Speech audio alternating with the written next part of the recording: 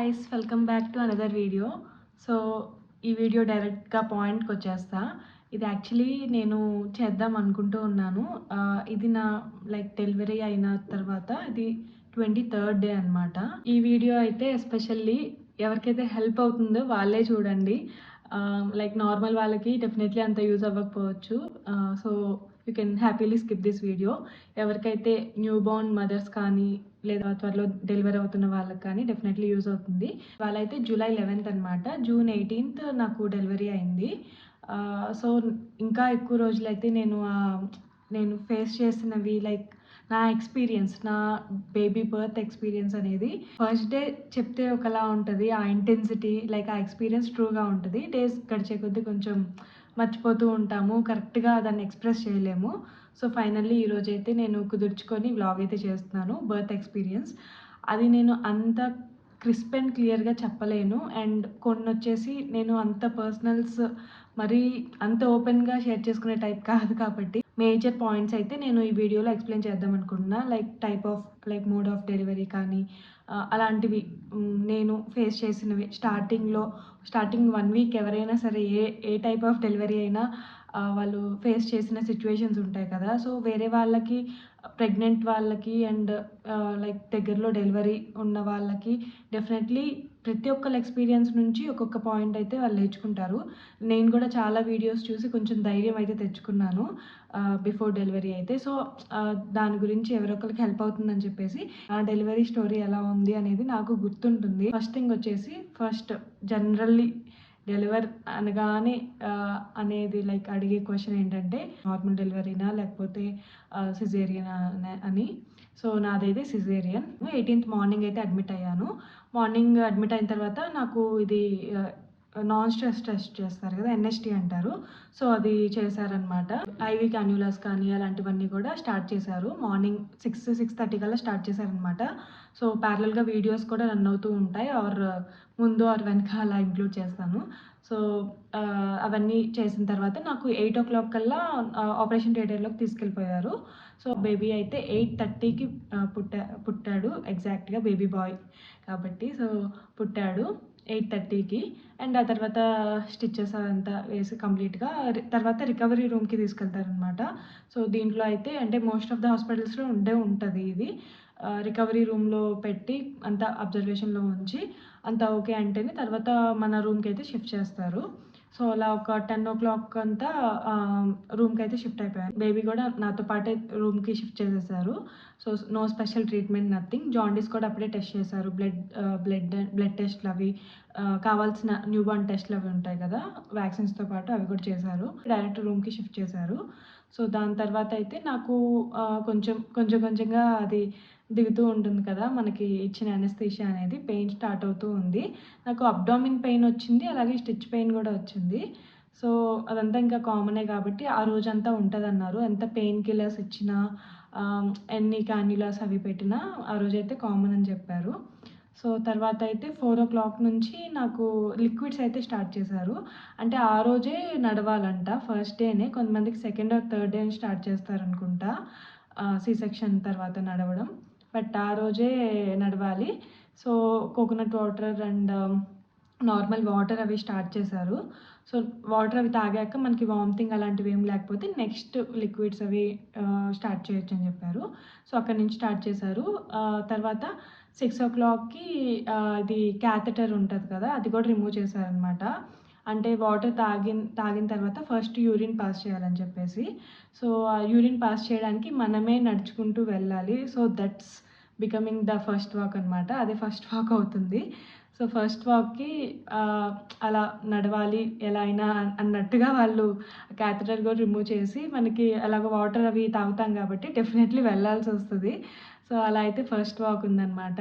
Morning 8 o'clockకి జరిగిన C section and evening 6 o'clockకే లేపి నడిపించేశారు. అది ఇంకా డెఫినెట్లీ అది ఎవరు రికార్డ్ చేయలేదు. నేను చేపిద్దాం అనుకున్నా, బట్ ఆ పెయిన్లో దీంతో నేనైతే ఎవరికి చెప్పలేదు. అండ్ నాకు అంత ఆలోచన రాలేదన్నమాట అప్పుడు. ముందు అనుకుని ఉన్నాను సో ఫస్ట్ వాక్ అది రికార్డ్ చేపిద్దామని చెప్పి. చాలా హారబుల్గా ఉండింది. ఆబ్వియస్లీ అది అందరికీ తెలిసిందే. ఒక 4, 5 టైమ్స్ లేచి వాష్‌రూమ్‌కైతే వెళ్ళాల్సొచ్చింది ఆ రోజే నైట్ లోపు. సో, ఫస్ట్ టైమ్ కంటే కొంచెం కొంచెం ప్రతిసారి నడిచేటప్పటికి కొంచెం ఆ పెయిన్ ఇంటెన్సిటీ అనేది కొద్దిగా తగ్గుతూ ఉంది. But okay. నెక్స్ట్ డేకైతే పర్లేదు. కొంచెం సపోర్ట్‌తో లేచి వాక్ అయితే బానే చేశాను. అండ్ ఆ తర్వాత రోజు నుంచి ఇంకా ఫుడ్ కూడా స్టార్ట్ చేశారనమాట. కొంచెం మెల్లమెల్లగా. సో, అదనమాట నా like C section and walk story. And coming to baby. Baby అయితే ఫస్ట్ డే మనకి ఇది కొలోస్ట్రమ్ అంటారు కదా! ఫస్ట్ మిల్క్ అది. అదైతే స్టార్ట్ అయింది. నాకు within like immediately after delivery start అయింది. సో, అది ఫీడ్ చేస్తూ ఉన్నా. జస్ట్ అది ఫస్ట్ డే కాబట్టి ఫస్ట్ ఆర్ సెకండ్ డేకి జస్ట్ 5 ఎంఎల్, 10 ఎంఎల్ అలాగే సరిపోతుంది కాబట్టి బేబీకి. ఇంకా ఏ టైప్ ఆఫ్ లిక్విడ్స్ ఇంట్రొడ్యూస్ చేయలేదు బేబీకి. ఓన్లీ బ్రెస్ట్ మిల్కే స్టార్ట్ చేశారనమాట. నర్సెస్ కానీ లేదంటే అక్కడ స్టాఫ్ కానీ చాలా ఫ్రెండ్లీ ఇన్ ద సెన్స్ చాలా హెల్ప్‌ఫుల్‌గా ఉంటారు.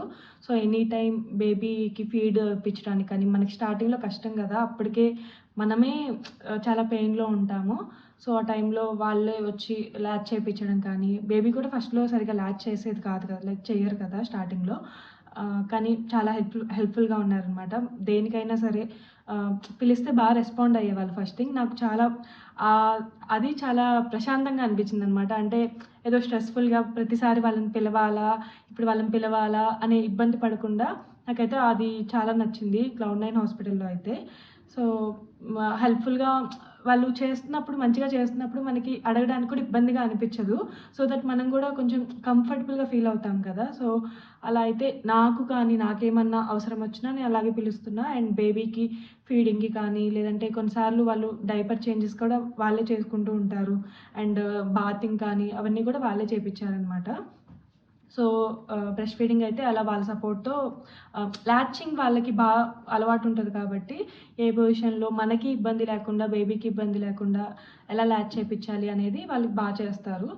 సో, అలా అయితే ఇబ్బంది లేకుండా స్టార్ట్ అయిందనమాట లాచింగ్ అయితే. స్టార్టింగ్ నుంచి కూడా లాచ్ చేయడం అయితే బేబీ కూడా మంచిగా కోఆపరేట్ చేసింది.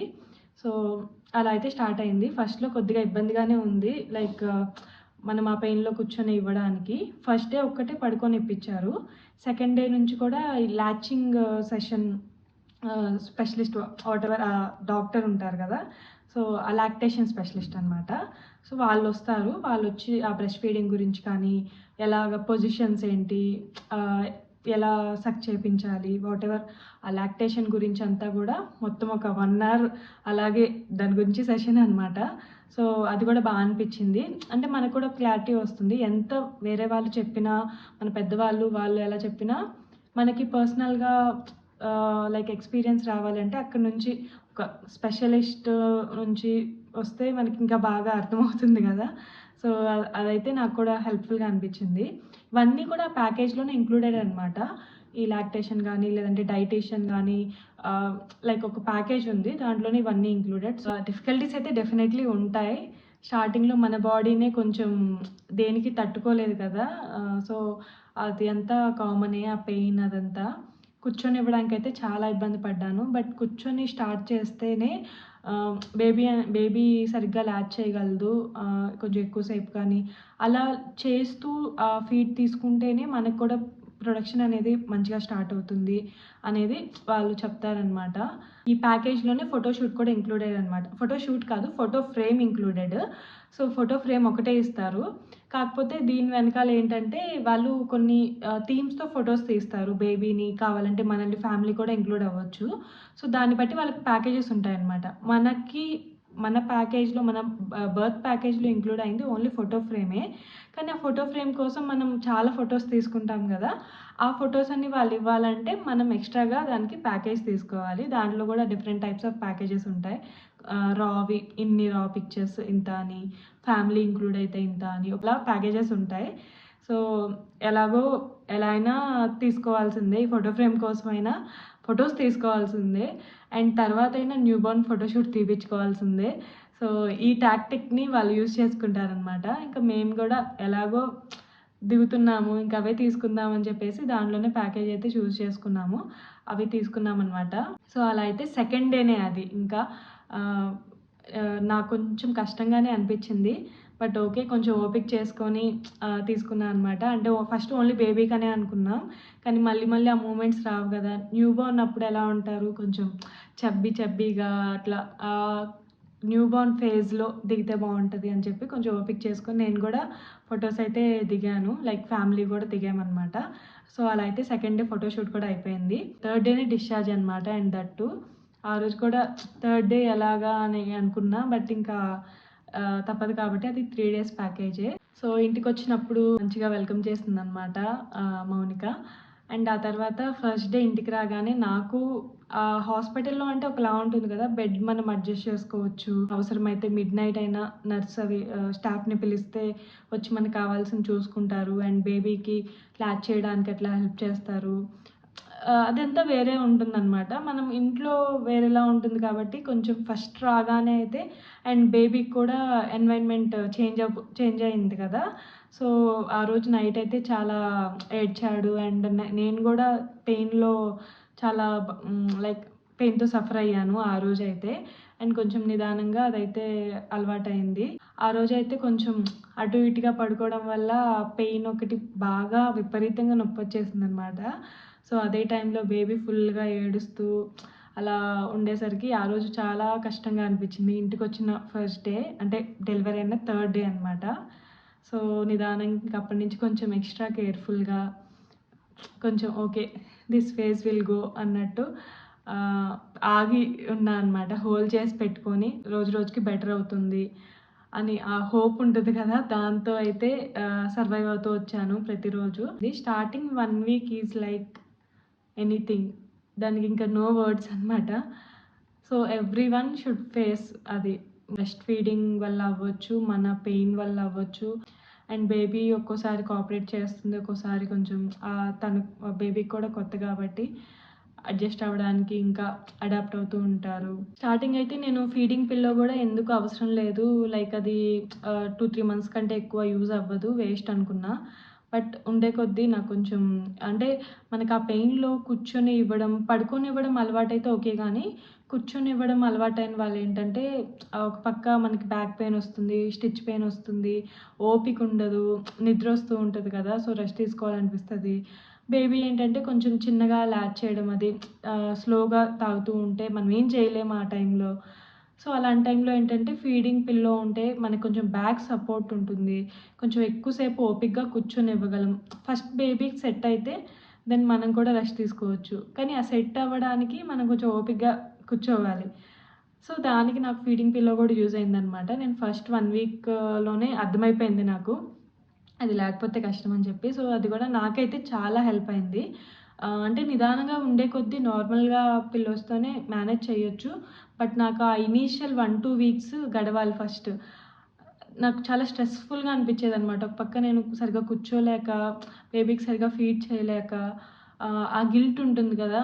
ప్రతిసారి తీసేసి సెట్ చేసుకొని కూర్చోవడం, బేబీని తీసేసి నేను సరిగ్గా కూర్చొని మళ్ళీ ఇవ్వడం. అదంతా గూడా నాకు ఫీడింగ్ పిల్లో తీసుకున్న తర్వాత చాలా వరకయితే 90% చాలా ఫ్రీ అయినట్టు అనిపిచ్చింది. అండ్ దాంతో పాటు కొంచెం పడుకొని ఫీడ్ చేయడం అది కూడా నాకు హెల్ప్ అయిందనమాట.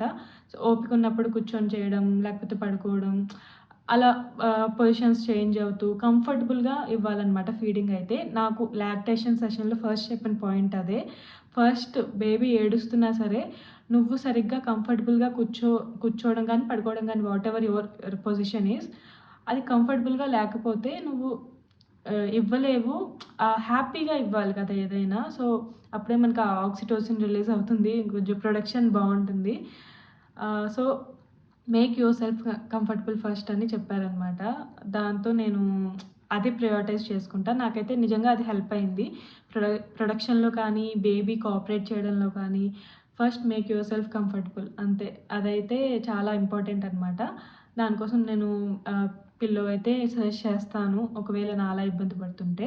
నార్మల్‌గా ఇఫ్ యూ ఆర్ కంఫర్టబుల్ నార్మల్‌గా ఇవ్వడానికి దెన్ నార్మల్‌గా ఇవ్వడం కూడా బెస్టే అనమాట. ఎందుకంటే ఖచ్చితంగా 2, 3 మంత్స్ కంటే ఎక్కువైతే యూజ్ అవ్వదు ఫీడింగ్ పిల్లో. అండ్ దాంతో పాటు బ్రెస్ట్ ఫీడింగ్ పంప్ నేను అవసరం లేదనుకున్నా. ఎలాగో మనమే ఫీడ్ చేస్తాం కాబట్టి పంప్ చేసి బాటిల్‌తో అయితే ఫీడ్ చేయము అనుకున్నాను. బట్ ఏంటంటే ఇనీషియల్‌గా బేబీ చాలా తక్కువ తాగుతూ ఉంటది కదా! ఆ టైంలో ఏంటంటే ఓవర్ ప్రొడక్షన్ ఉన్న వాళ్ళకి చాలా ప్రాబ్లమ్ అవుతుందనమాట. అంటే బ్రెస్ట్ హార్డ్ అయిపోవడం, లంప్స్ ఫార్మ్ అవ్వడం, అలా ఫార్మ్ అవ్వడం వల్ల పంప్ చేయకపోతే ఏంటంటే పంప్ ఆర్ ఎక్స్‌ప్రెస్ వాటెవర్ మనం నార్మల్‌గా ఎక్స్‌ప్రెస్ చేస్తే చేసేయొచ్చు. బట్ చేయలేని వాళ్ళకి పంప్ అయితే గనక అదంతా ఎక్సెస్ అంతా రిమూవ్ చేస్తే నెక్స్ట్ ప్రొడక్షన్‌కి కూడా హెల్ప్ అవుతుంది. ఒకవేళ అలాగే చేయకుండా వదిలేస్తే అది బేబీకి ఇంతే సరిపోతుంది అని బాడీ కూడా మన బాడీ తక్కువ ప్రొడ్యూస్ చేస్తుందంట. సో, ఇవన్నీ నేను విన్నవే. Like through doctor or lactation consultant వాళ్ళ ద్వారా అండ్ ఇంట్లో వాళ్ళ ద్వారా విన్నదే అనమాట. సో, అలా మనకి ప్రొడక్షన్‌కి కూడా యూజ్ అవుతుంది. అలాగే మనకి పెయిన్ రాకుండా, లంప్స్ అవి ఫార్మ్ అవ్వకుండా ఉంటుంది. వాటెవర్ నార్మల్‌గా ఎక్స్‌ప్రెస్ చేసేవాళ్ళు ఉంటారు. నార్మల్‌గా తీసి చేసేవాళ్ళు. బట్ పంపింగ్ అయితే మనకి అంత పెయిన్ ఉండదు అండ్ కంఫర్టబుల్‌గా ఉంటుంది. ఒకవేళ మనం ఎక్స్‌ప్రెస్ చేసిన మిల్క్ బేబీకి అవసరమైతే బేబీకి కూడా ఇవ్వచ్చు. సో, అలా అయితే నాకు పంప్ కూడా యూజ్ అయింది. సో, ఇంతకంటే నేను డెప్త్‌గా అయితే వెళ్ళలేను. It's beyond my comfort zone అవుతుంది. సో, అదనమాట. ఇప్పటికే నేను చాలా మాట్లాడేసా అనుకుంటున్నా. So, this is my delivery story. So, ఇంకా ఫ్యూచర్‌లో బేబీకి సంబంధించిన వీడియోస్, వ్లాగ్స్ కానీ అవన్నీ వస్తూ ఉంటాయి. So, please do watch. And baby activities కానీ అంటే ఇప్పుడే అదంతా కష్టం. సో, నిదానంగా ఆఫ్టర్ 3 మంత్స్ అలా అయితే స్టార్ట్ చేద్దాం అనుకుంటున్నా. వ్లాగింగ్ అదంతా కంప్లీట్‌గా మళ్ళీ బ్యాక్ టు వ్లాగింగ్ వద్దాం అనుకుంటున్నా. సో, ఇప్పుడైతే కొద్దిగా అటు ఇటుగా ఉంటుంది కదా! న్యూ బోర్న్ ఫేజ్ కొంచెం కష్టం కదా! సో, ఎక్కువ నైట్ టైమ్స్ మేలుకోవాల్సొస్తది. మార్నింగ్స్ రెస్ట్ తీసుకుంటూ ఉన్నాను. ఈ మీన్‌వైల్ కొన్ని వ్లాగ్స్ అయితే పోస్ట్ చేస్తున్నా. ఇప్పుడు ఎడిట్ చేసి పోస్ట్ చేస్తున్నా అనమాట. సో, కొంచెం బేబీ పడుకున్నప్పుడు అలా టైం చూసుకొని చేస్తున్నాను. కొద్దిగా కొన్ని మంత్స్ తర్వాతయితే కొంచెం ఫ్రీగా చేయొచ్చు కదా! అప్పుడు వాళ్ళు కూడా కోఆపరేట్ చేస్తారు కాబట్టి. సో, అప్పుడైతే నేను వ్లాగింగ్ కంప్లీట్‌గా స్టార్ట్ చేస్తాను మళ్ళీ. అండ్ బేబీకి సంబంధించిన ఏమైనా యాక్టివిటీస్ కానీ, లేదంటే ప్రొడక్ట్స్ ఏమైనా బేబీ ప్రొడక్ట్స్ ఏం యూజ్ చేస్తున్నా, గేమ్స్ అవి ఉంటాయి కదా! లైక్ యాక్టివిటీస్ టైప్ ఉంటాయి కదా! సో, వాటి గురించి అవన్నీ కూడా షేర్ చేస్తూ ఉంటాను. సో, వీలైనప్పుడల్లా వ్లాగింగ్ అయితే చేస్తూ ఉంటా. So, definitely please do watch and please keep supporting. So, that's all for this video guys. Hope you like this video and ఎవరికైనా ఆక్వర్డ్‌గా అనిపిస్తే I can't do anything because అది నా స్టోరీ అనమాట. That is how I faced. ఇంకా నేను చాలా క్లియర్‌గా పైన ఏదో నవ్వుతూ చెప్తున్నా. అది చాలా పెయిన్‌ఫుల్ అని ఫేస్ చేసిన వాళ్ళకే తెలుస్తుంది ఆబ్వియస్‌లీ. సో, అదనమాట. So, that's all for this video guys and thanks for watching.